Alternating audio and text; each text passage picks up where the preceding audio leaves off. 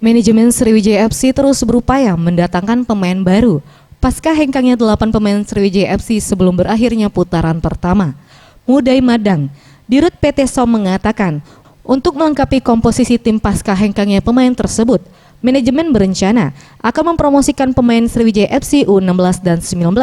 Sebanyak 7 pemain dari U19 akan dicoba kemampuannya untuk bermain di level senior. Dengan mengkombinasikan pemain muda ini, setidaknya dapat memberikan kekuatan baru di tim Sriwijaya FC.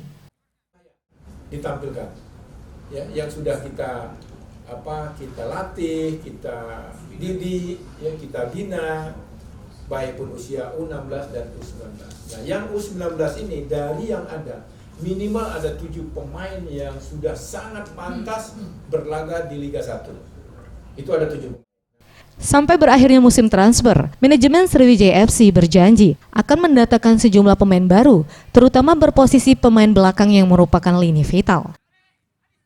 Tim Liputan, Sriwijaya TV.